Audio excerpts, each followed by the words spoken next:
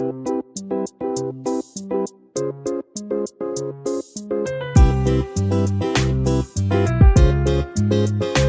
मध्ये नमस्ते, मी बनवते शेंगदाण्याची आमटी। किचन मध्ये नमस्ते, मी बनवते शेंगदाण्याची आमटी। इथे गॅसवर आहे ना तवा ठेवलेला आहे, त्याच्यामध्ये 1 वाटी शेंगदाणे घेतले। शेंगदाणे छान असं भाजायचं, पूर्णपणे शेंगदाणे भाजलं ना खूप असा छान टेस्ट येतो। शेंगदाणे छान असं भाजून घेतले, पहा पूर्णपणे भाजलेले आहेत। आता छान इथे असं काढून घेतलेले आहे। इथे 3 हिरव्या मिरच्या घेतलेल्या आहेत। तिखट तुमच्यावरती आहे, किती तिखट पाहिजे ते तुम्ही बघा। इथे आहे ना छान अशा धुतलेल्या आहेत मिरच्या आणि 3 हिरव्या मिरच्या घेतलेल्या आहेत, त्यांना पण असं डाग पडतंय बघा। आता ह्या मिरच्या आहे ना इथे काढून घ्यायच्या। शेंगदाणे 10 ते 15 मिनिटं छान असं थंडा करून घ्यायचं। इथे मिक्सरचं भांडं घेतलेलं आहे, त्याच्यामध्ये हिरवी मिरच्या तोडून टाकलेल्या आहेत। इथे शेंगदाण्याची मी सालं काढत नाही, तुम्हाला जर सालं काढायची असली तर काढू शकता। तर इथे आहे ना मसाला बनवायचा आहे, मसाला एकदम बारीक बनवायचा आहे, रवा टाईप बनवायचा आहे। इथे पाणी टाकलेलं आहे 1 पेला, छान असं मिक्सरला पिसून घ्यायचं। हे वाटण छान असं वाटलेलं आहे, एकदम बारीक वाटलेलं आहे। इथे गॅसवर कढई ठेवलेली आहे, त्याच्यामध्ये 1 चमचा तेल टाकलेलं आहे। तेल गरम झालं पाहिजे।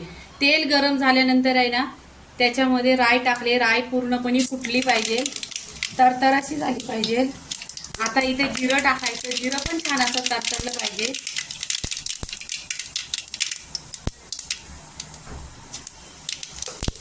आणि ही आहे ना शेंगदाण्याची आमटी आहे, तर ह्याच्यामध्ये हिंग पण टाकला पाहिजे। तर इथे 1 चिमूट आहे ना हिंग टाकते। आता इथे मी 1 कांदा कट केलेला आहे, तो टाकायचा।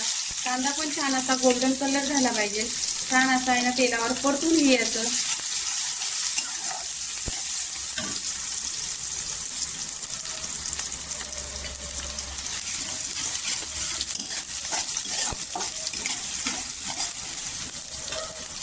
कांदा गोल्डन झालेला आहे, तर अद्रक आणि लसणीची पेस्ट 2 चमचा टाकलेली आहे, छान अशी तेलावर परतून घ्यायची।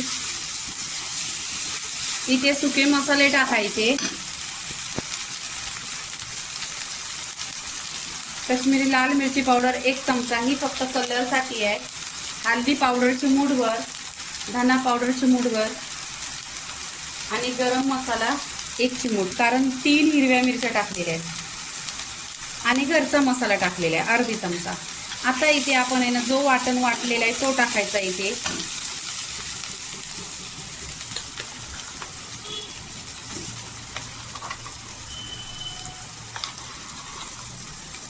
इथे पहा शेंगदाण्याचं वाटण इथे आहे ना छान असं वाटलेलं आहे, तेलावर परतून घ्यायचा। 1-2 मिनिटं आहे ना तेलावर परतल्यावर आहे ना छान असा खुशबू पण येतो आणि टेस्ट 1 नंबर येतो।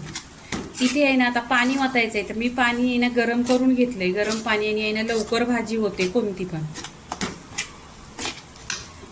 आता इथे पाणी टाकायचं।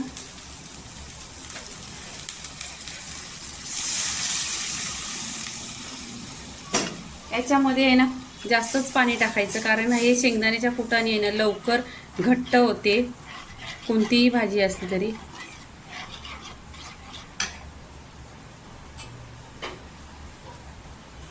आता इथे चवीनुसार मीठ टाकायचं।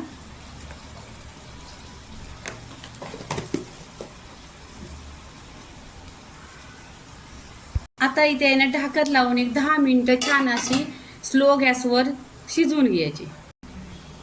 10 ते 15 मिनिटं छान अशी शिजवून घेतलेली आहे, त्याच्यामध्ये कोथिंबीर टाकलेली आहे।